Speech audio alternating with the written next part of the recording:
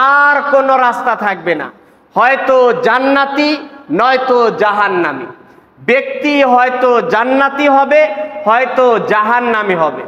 আমরা হয়তো জান্নাতি হব, নয়তো জাহান্নামী হব। এই দুই রাস্তা ছাড়া আর কোনো রাস্তা নাই। তবে আফসোসের বিষয় হইল, যারা জাহান্নামী হবে এদের চাইতে হতভাগা দুনিয়াতে আর কেউই নেই। আল্লাহুম্মা সাল্লি আলা মুহাম্মাদিন ওয়া আলা আলি মুহাম্মাদ কামা সাল্লাইতা আলা ইব্রাহিম ওয়া আলা আলি ইব্রাহিম ইন্নাকা হামিদুম মাজিদ। আল্লাহুম্মা বারিক আলা মুহাম্মাদিন ওয়া আলা আলি মুহাম্মাদ কামা বারাকতা আলা ইব্রাহিম ওয়া আলা আলি ইব্রাহিম ইন্নাকা হামিদুম মাজিদ।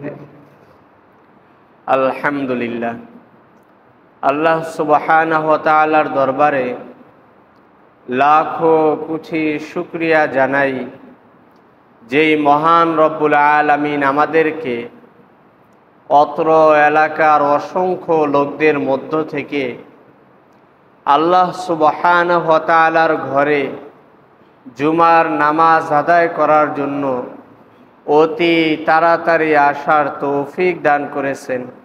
এই জন্য দিল থেকে কালিমাতুশ শুকুর আদায় করি, আলহামদুলিল্লাহ। গত সপ্তাহে আলোচনা করা হয়েছিল মৃত্যু নিয়ে। কিতাবে আছে,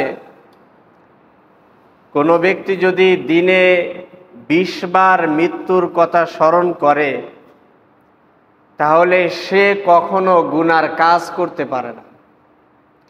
কারণ মৃত্যু এমন একটা জিনিস যা দিলকে ভারী বানায় দেয়, মস্তিষ্ককে ভাবতে শেখায়। যেইখানে যারাই পূর্বে গেছেন কাউকে আসতে দেখা যায়নি, কিন্তু বড় আফসোসের বিষয়, মৃত্যুর আলোচনা শোনার পরে সবাই বলছিলেন নামাজ রোজার প্রতি পাবন্দি হবেন। আজকে হালতেই জুমার দিন মুসল্লি নেই। আমরা দোয়া করি আল্লাহ সুবহানাহু ওয়া তাআলা এদের সকলকে হেদায়েত দান করুন, অতি তাড়াতাড়ি নামাজি এবং নামাজে আসার তৌফিক দান করুন। আল্লাহ সুবহানাহু ওয়া তাআলা দুনিয়াতে মানব প্রেরণ করেছেন।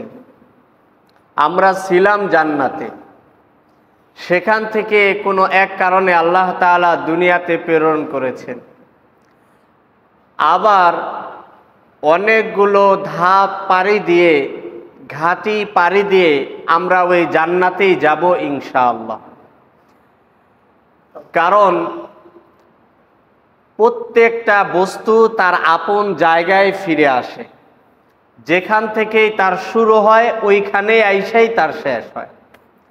ঠিক তেমনিভাবে আমাদের শুরু ছিল জান্নাত, কাজেই আমাদের বহু ঘাটি পাড়ি দিতে হবে।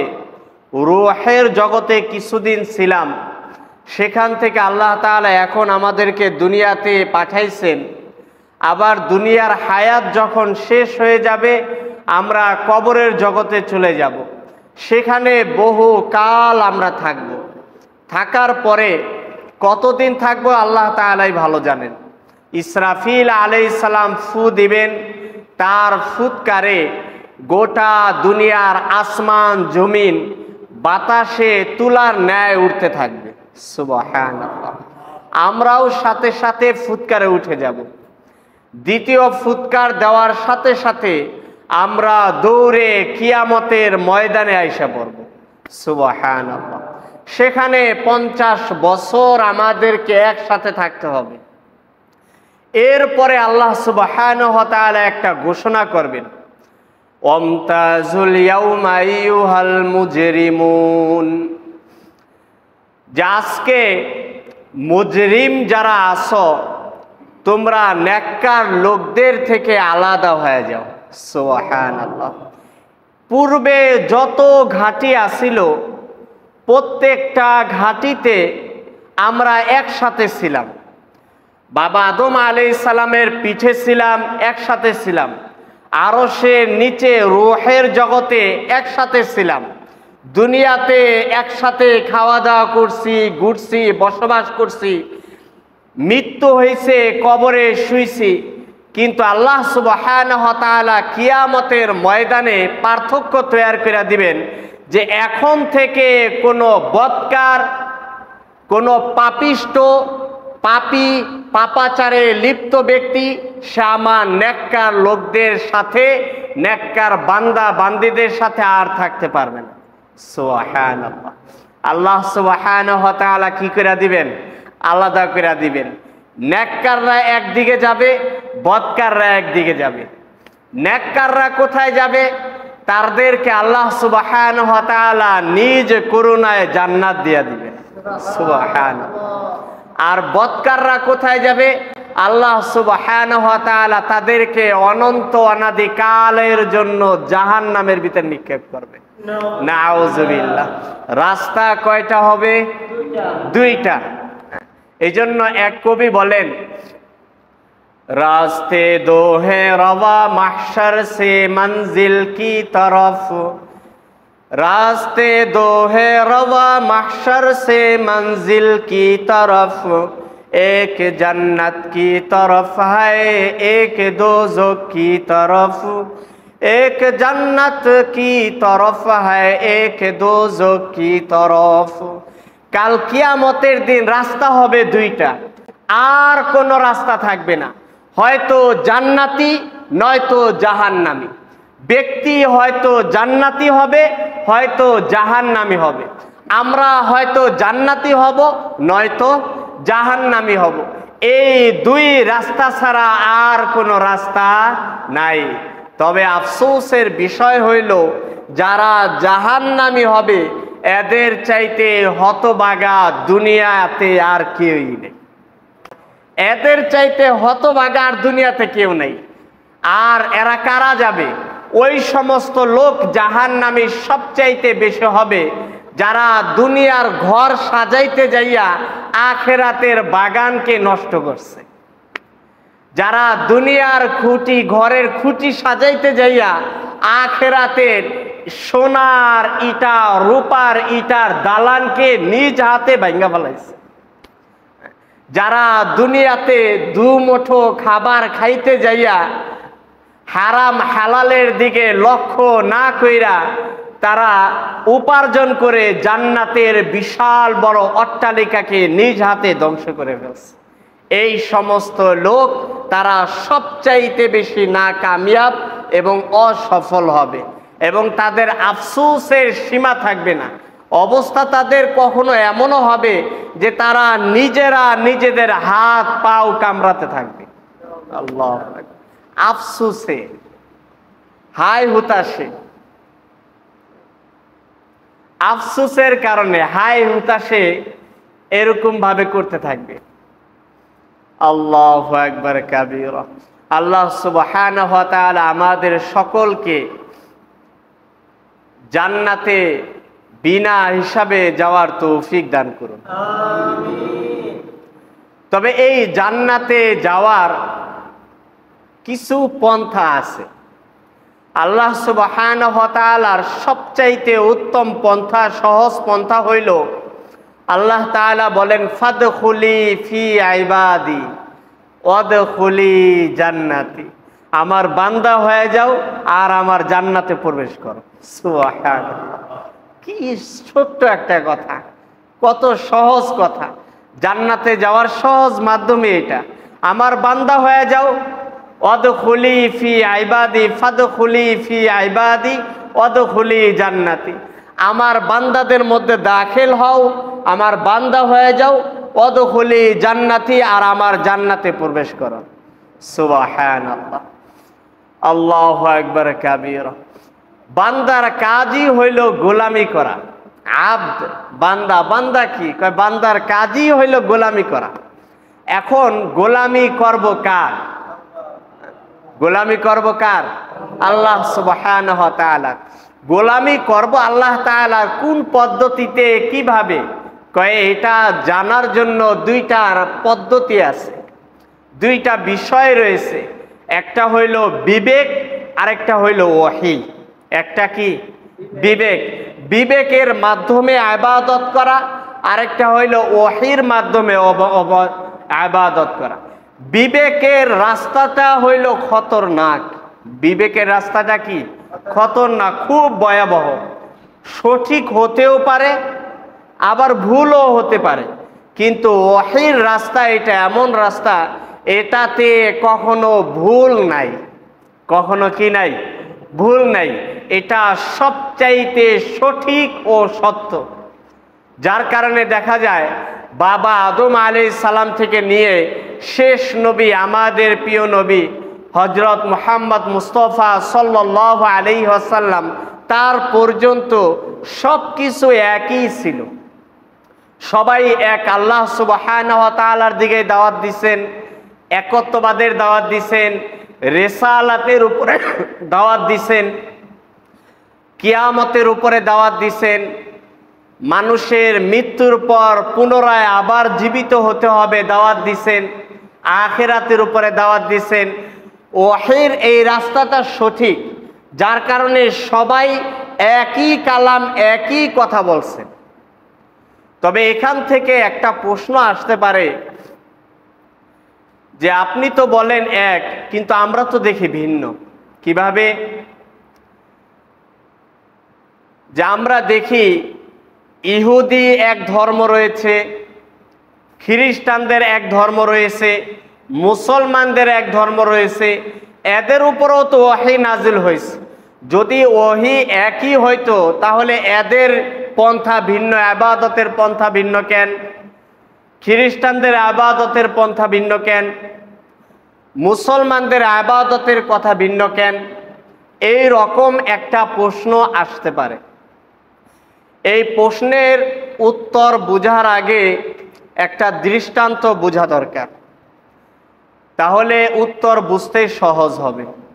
দৃষ্টান্ত হইল, যখন বাচ্চা জন্মগ্রহণ করে তখন হাসপাতালে তাদেরকে একটা গেঞ্জি পরানো হয়।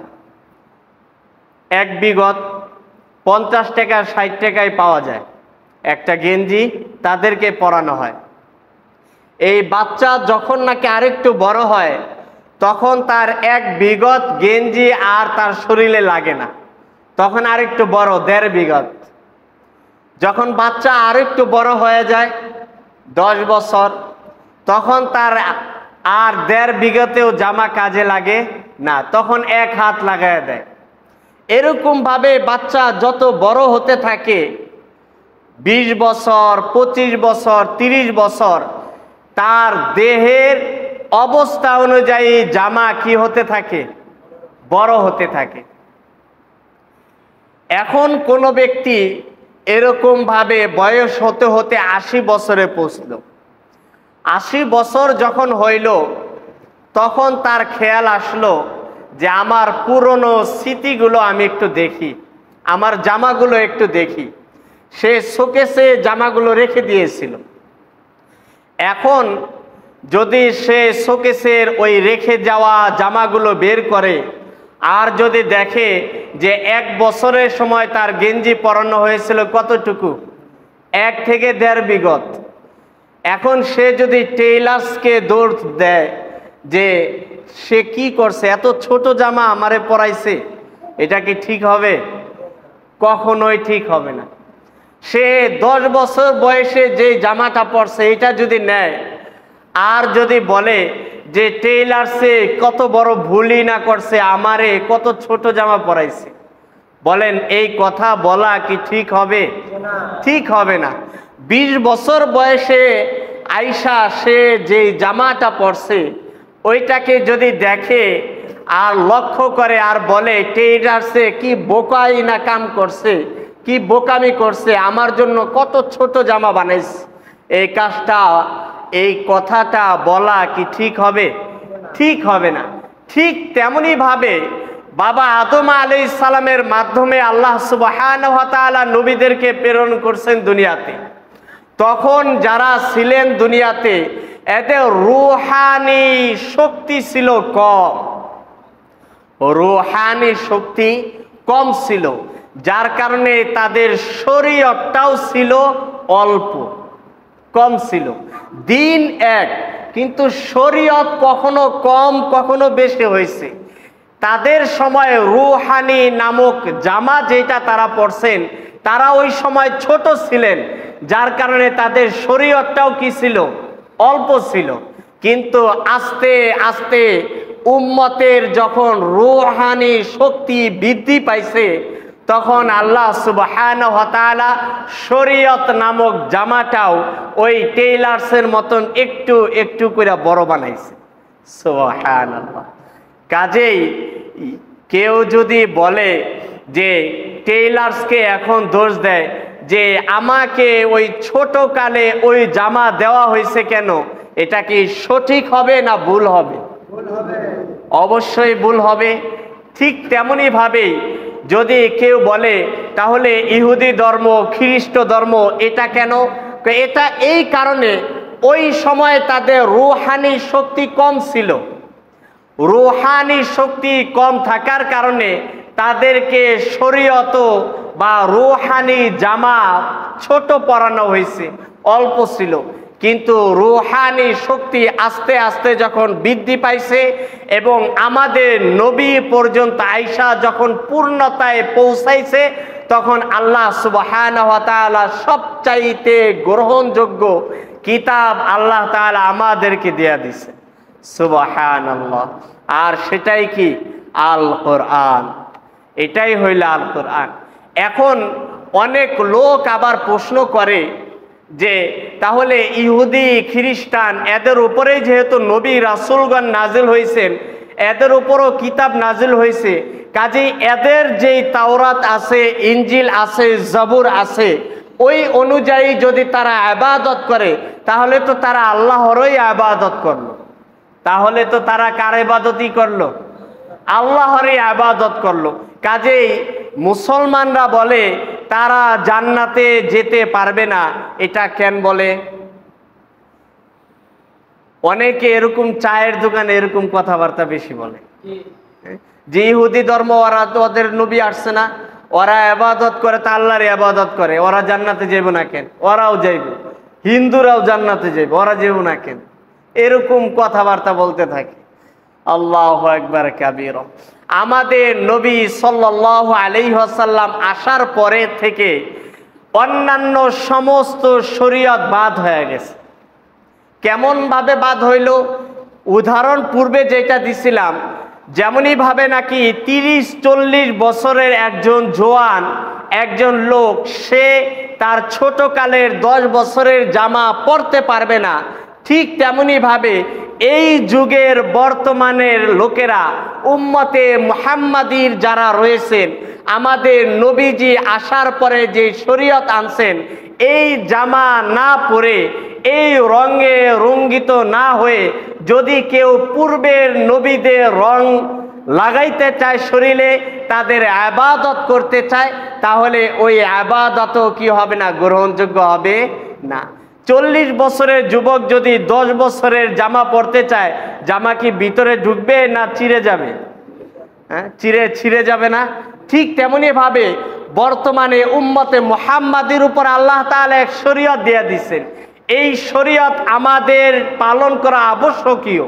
এইটা যদি আমরা গ্রহণ না করি, পূর্বেকার নবীদের কথা মতো চলতে চাই, তাহলে আমরাও কি হয়ে যাব?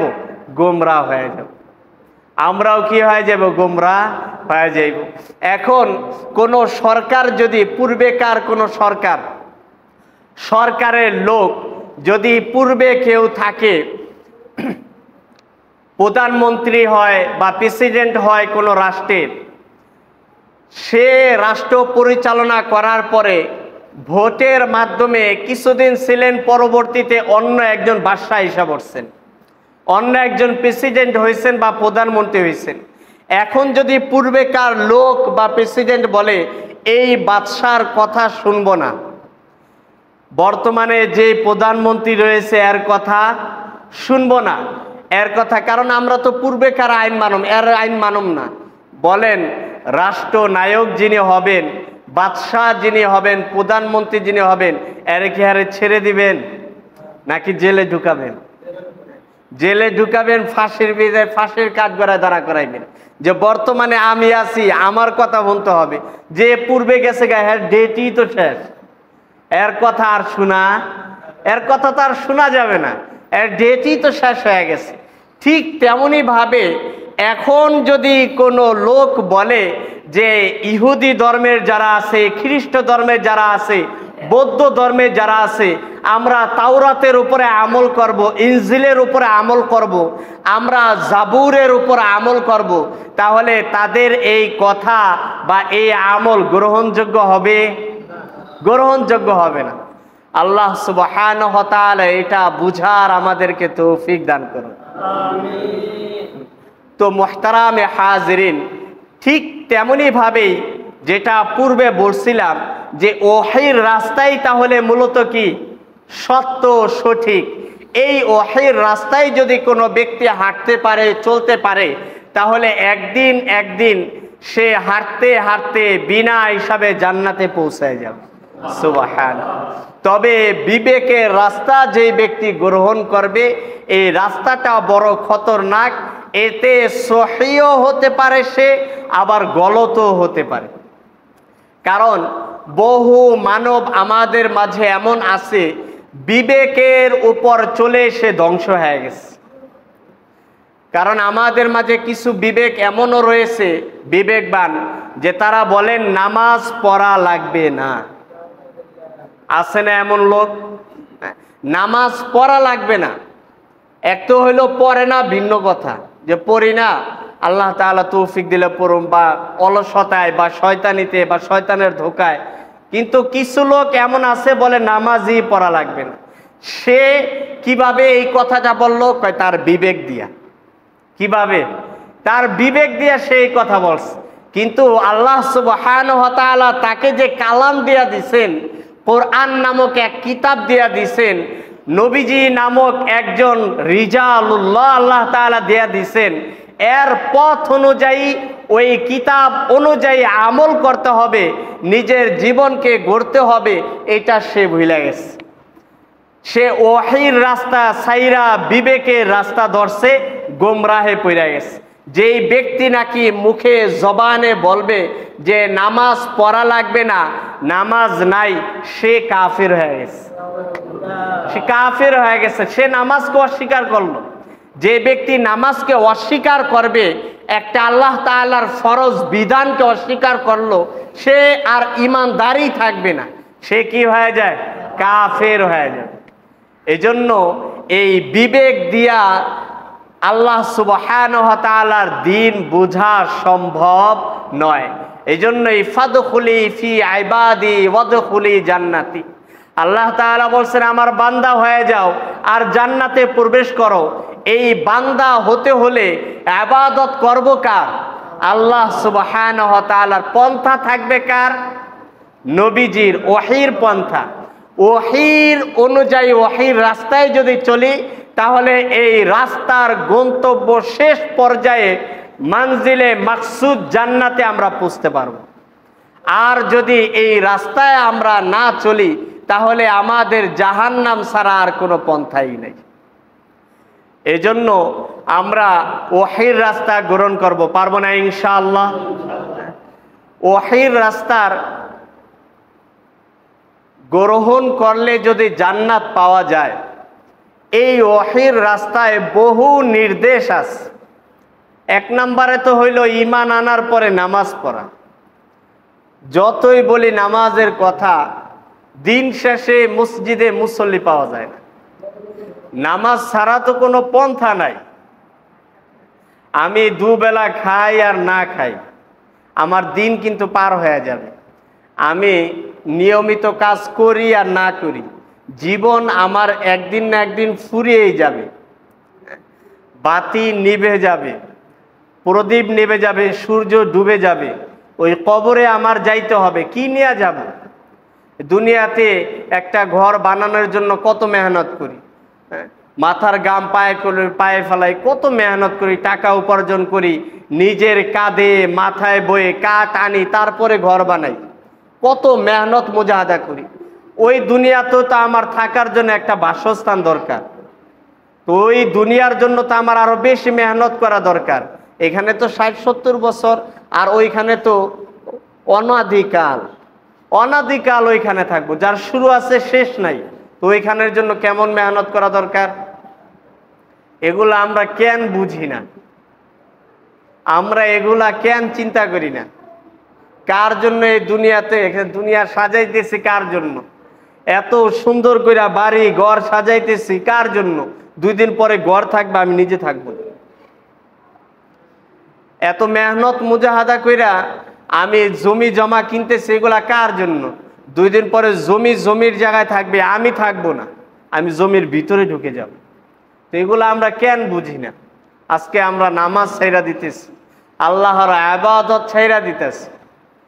আল্লাহ সুবহানাহু ওয়া তাআলা আমাদেরকে সহিহ বুঝ দান করুন। আল্লাহ তাআলা আমাদেরকে 5 ওয়াক্ত নামাজ জামাতের সাথে আদায় করার তৌফিক দান করুন।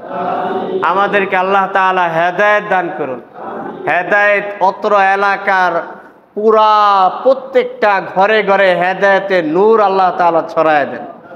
ওয়া আখির দাওয়ানা আলহামদুলিল্লাহি রাব্বিল আলামিন।